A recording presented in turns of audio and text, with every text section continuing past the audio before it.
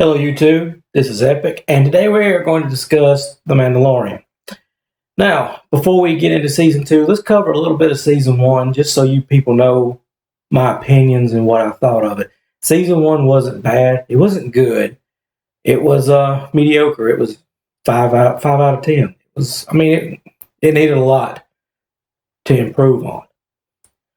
There's a lot of stuff that they didn't touch on in Season 1 that I think they need to touch on Season 2, but I imagine it's going to be forgotten. Stuff like the fob, the tracking fobs, other stuff that, I don't know. We'll just have to wait and see how Season 2 goes. But the issues I had with Season 1 was I was underwhelmed at how much unoriginality there was with it. I grew up watching Westerns. I've seen them all at one time or another, at least an episode or two. The Wild Wild West, Cheney, Have Gun Will Travel, Bonanza, others. And it was remarkable to me with how much similarity, especially one episode. It was episode. It's been a while since I've seen them, so it was episode 5 or 6.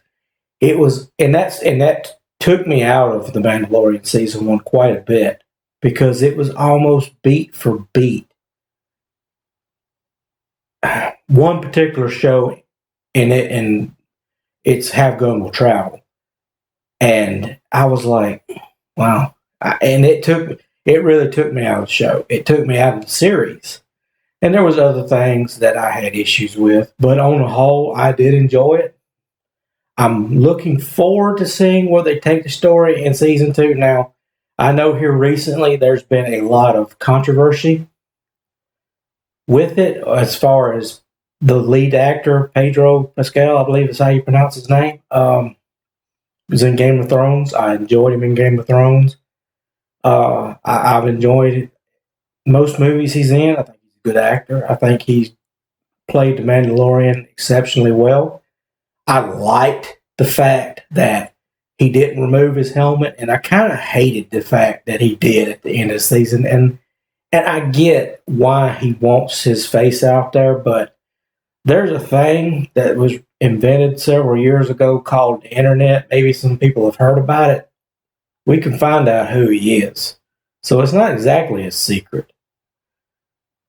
I don't know.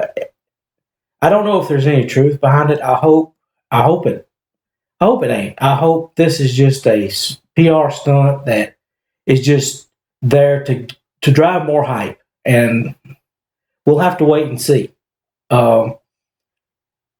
I have Disney Plus thanks to my free subscription to Verizon because I'm not paying for it. And it drops October the 30th. Now, I have other thoughts. I have my own personal theories behind it. Me and my friends, we like to sit around and we like to, talk about things. And I may release that in a later video. And I have predictions that I'm going to make. And I'm definitely going to do that in a later video. Maybe a week before, 2 weeks before The Mandalorian comes out. I'm going to put down some predictions. Just see how right I am. Because if I have... These people are not exactly hard to predict. So The Rise of Skywalker, it was J.J. Abrams. It was cookie cutter. It was... It was just generic. These Star Trek, that's another video from that time. They're one-trick ponies, for lack of a better word. They're one-trick ponies. Now, as far as Season 2, I'm looking forward to seeing where the story goes. Is it going to be more driven by this happens and then this happens, or is it just going to be like it was in the first season where you got 5 episodes, maybe 6, that was self-contained and the rest was just filler? I don't. I am look. I hope. I hope they really do well with this. I want to do well with this. I want to like this show. Um, I have more thoughts about it. I'm gonna record those videos later, and we'll talk more about it. Like, subscribe, share, and I will see you guys in another video.